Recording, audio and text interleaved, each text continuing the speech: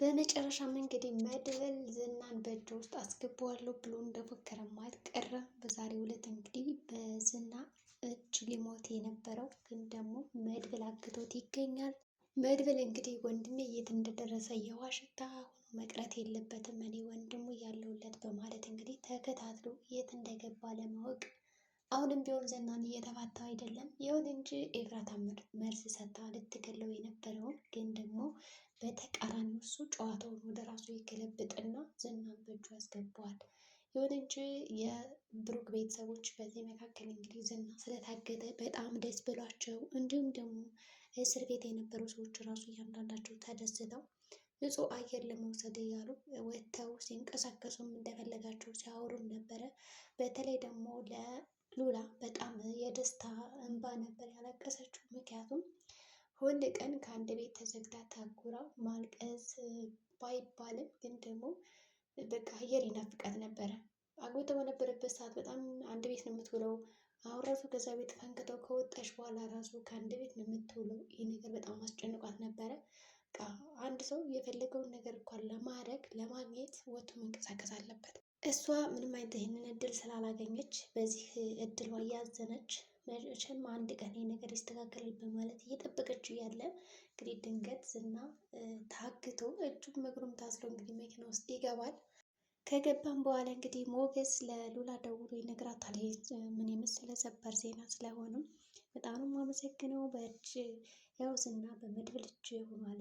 ቆይ እንደውም ፎቶ አንስቼ ላክልሽ እንድታምኝ በማለት ፎቶ ያነሳና እንግዲህ ይልክላታል ማለት ነው። እንግዲህ ካየችውም በኋላ የእውነት ግን ነው በማለት አላመነችም ነበረ። በእርግጥ በርገር አምሮኛል ብላ ልንገረው አልንገረው እያለች ከራሷ ጋር ስታወራና ስትነጋገር ነበረ። ነገር ግን አይ በቃ ልንገረው፣ ምናልባት እኮ ሞገስ ብር የለውም አሁን ላይ ሀብትና ንብረቱ እንደታገደበት ስለምታውቅ በዚህ የተነሳ ለመናገር አልፈለገችም። ይሁን እንጂ ለአጋጣሚ ይህንን ነገር ሲነግራት በርገር አማረኝ ስትል የነበረው ጥፍት ይልና ወደ ነፃነቷ ትመለሳለች።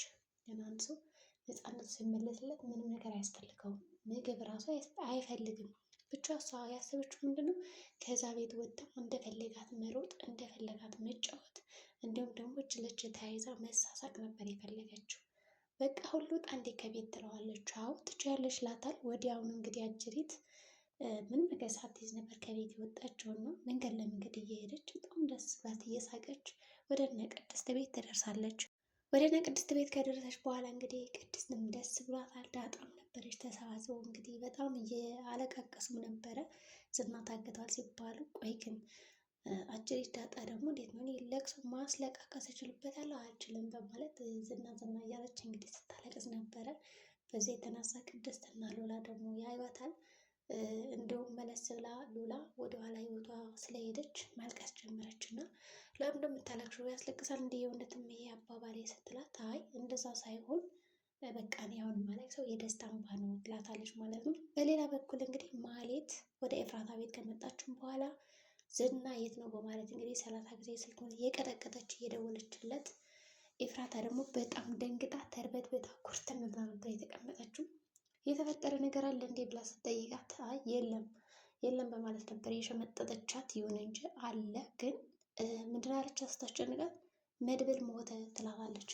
ምን እሰይ እንኳን ሞት ብላ ቤቱን እልል አረገች። በቃ ለእሷ የመድብል መሞት ደስታ ነበረ፣ ምንም አልመሰላትም። ኤፍራታ ግን በተቃራኒው ተናዳ ነበረ።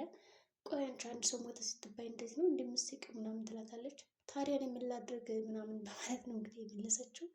አንቺ አላወቅሽም እሱ እኮ ጠላቴ ነው፣ ለአንድ ሳምንት ቤት ውስጥ አጉሮ በጣም ብዙ ነገሮችን ሲያሰቃየን የነበረ፣ ስለዚህ እሰይ እንኳን ሞተ ነው ያለችው።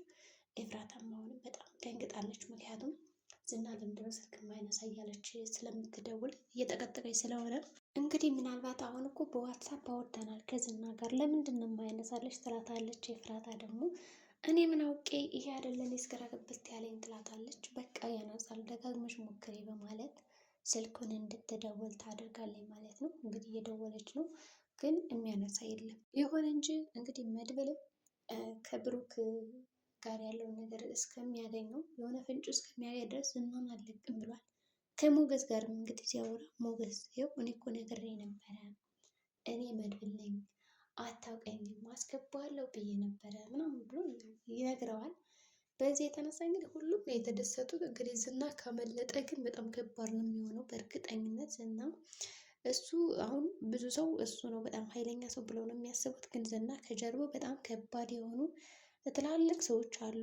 ነገር ግን እነዛ ትላልቅ ሰዎች ደግሞ ዝናን ብለው ከመጡ፣ ምክንያቱም ዝና ስራውን ስለሚያስገድላቸው ከጀርባ ያለውን እያንዳንዱ ነገር መፈለጋቸው አይቀርምና በዚህ መሀል እንግዲህ መድብል ህይወቱ አደጋ ሊሆን ይችላል። ምክንያቱም አሁን እየሄደበት ያለው መንገድ በጣም አስጊና ውስብስብ እንዲሁም ደግሞ ከባድ የሆነበት ነው። ምናልባትም መድብልን ለማየት ሲሉ እነ ቅድስት እነ ምሳሌ ሌሎችም እንግዲህ ሊታገቱ ይችላሉ። ዝና የት እንዳለ ስለማያውቁ ለማወቅ ሲሉ በዙሪያው ያሉትን ሰዎች ይይዛቸዋል። ከዛ እንደ አዲስ ድርድር የሚያቀርቡ ይሆናል ብዬ አስባለሁ እኔ በበኩሌ። ምክንያቱም አሁን እነዛ ሰዎች ዝናን ብዙ ነገር ስለሚሰራላቸው በእርግጠኝነት ይፈልጉታል። በሌላ በኩል እንግዲህ ኤፍራታ አሁንም በጣም እየተንቀጠቀጠች ነው ያለችው ይህን ነገር በመፈጸሟ።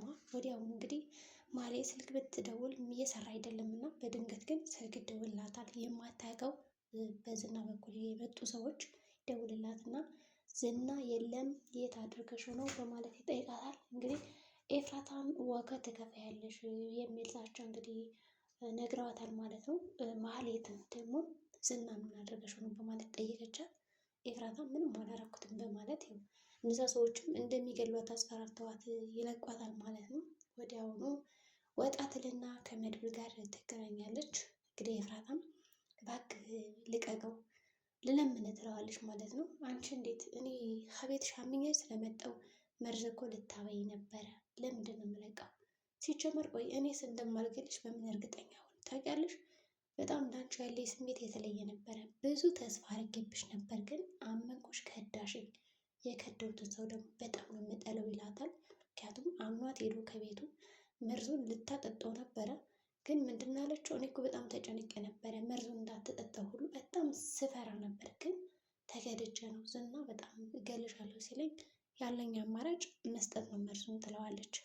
በዚህ መሀል እንግዲህ በጣም ይናደድና እሺ አሁን አልመልስም ዞር በይ የራስሽ ጉዳይ በማለት እንግዲህ ጥሏት ነበር የሄደው። መድብልም ወደ ቤት ከሄደ በኋላ ከሁላቸውም ጋር ተሰባስበው ቅድስትም ሌሎችም እንግዲህ በጣም ደስታቸውን እያጣጣሙ ነው። ምሳሌ ሰው ማለት ጠይቃቸዋል። ምሳሌ ያው አለች ተኝታለች፣ ግን ጥያቄዋ በጣም ከባድ ሆኖብኛል ከቀን ወደ ቀን ጨመረ በማለት ቅድስት ተናግረዋለች። እንግዲህ መጨረሻ ላይ ሁላቸውም ተሳስቀው ከሄዱ በኋላ እንደውም ቡና አፈላለች የደስደስ በማለት ቅድስት ቡና ታፈላለች። ይጠጣሉ፣ ይጫወታሉ። ሲጨርሱ እንግዲህ ይወጣሉ። እንዲሁም ሁለቶች ቀሩና ቅድስትና መድብል የምልሽ ምን አዲስ ነገር አለ? ምናልባት በቅርቡ የምናውቀው ነገር ሊኖር ይችላል ስለ ብሩክ እና አታስቢ እያለ ያጽናናታል። እሷ ግን ምንም የምትጽናናው ነገር የለም። ይሁን እንጂ እሺ በማለት ነበር እንግዲህ የጠበቀቻት። እንግዲህ በመቀጠልም መድብል ፏዝን ብሎ ወደ ዝና ይሄዳል ማለት ነው። ዝናንም ሄዶ እንግዲህ ሲያንበረክከው ነበረ። ታውቀኛለህ አታውቀኝም እያለ ሲያንቀጣቅጠው እና በቦክስ እንግዲህ ሲያንዛርረው ነበረ። ይሁን እንጂ ለመሆኑ እንደው ዝና ሞታለሁ ብለህ ታውቃለህ ወይ? በሰው እጅስ እገባለሁ ብለህ ታውቃለህ ወይ? ከአንተ በላይ ጀግና ያለ ሰው አይመስልም አይደለም? እኔ አታውቀኝም ብዬ ነበረ በማለት እንግዲህ በጣም ኃይለኛ ቃላቶችን ሲናገር ነበር መድብል። እንዲሁም ደግሞ ስለ ብሩክ ካልገደልከኝ በያዝኩት መሳሪያ ገድልሃለሁ ይለዋል። እሱ ደግሞ ምንም አላውቅም በማለት ነው እንግዲህ የሚመልሰው። ግን የምጠይቀን ነገር ሳታውቅ ለምንድን ነው አላውቅም እያልክ የምትመልሰው ይለዋል። መድብል ደግሞ ምክንያቱም እርግጠኛ ነኝ ወንድሜ የት ነው ምናምን ብለህ ስለምትጠይቀኝ፣ ስለዚህ እኔ ምንም ልነግርህ አልችልም። በእርግጠኝነት ደግሞ ይህ ነገር ዋጋ ያስከፍላል ይለዋል። እንግዲህ ኤፍራታም ልቀቀው ብላ ስትለምነው ምንድን ነው ያላት? እነዛ ሰዎች ከመጡ ወደ እኔ ላኪያቸው ብሏታል። እሷም እንግዲህ ወደ ቤቷ ተመልሳለች። ሙጌና ዳጣም ያው ለማየት እየሄዱ ነው። ቢሆንም ደግሞ ፈርተዋል። እስካሁን እኛን ካየን ምን ሊያደርገን ይችላሉ በማለት እንግዲህ ግምት ላይ ናቸው። እነሱ ደግሞ ምንም አያደርገንም በማለት ያው እየሄዱ ነው። ሆነ እንጂ መድብል እንግዲህ በአሁኑ በጣም እየደበደበው ይገኛል። ካልነገርከኝ ግን ሲጣርገን ምገልህ ንገረኝ ማለት ሲያስጨንቀው ነበረ። እንግዲህ ይናገራል አይናገርም የሚለውን ደግሞ በቀጣይ የምናየው ይሆናል ማለት ነው። የዛሬው ቪዲዮአችን እንግዲህ ይህን ይመስላል። መልካም ጊዜ ይሆንላችሁ።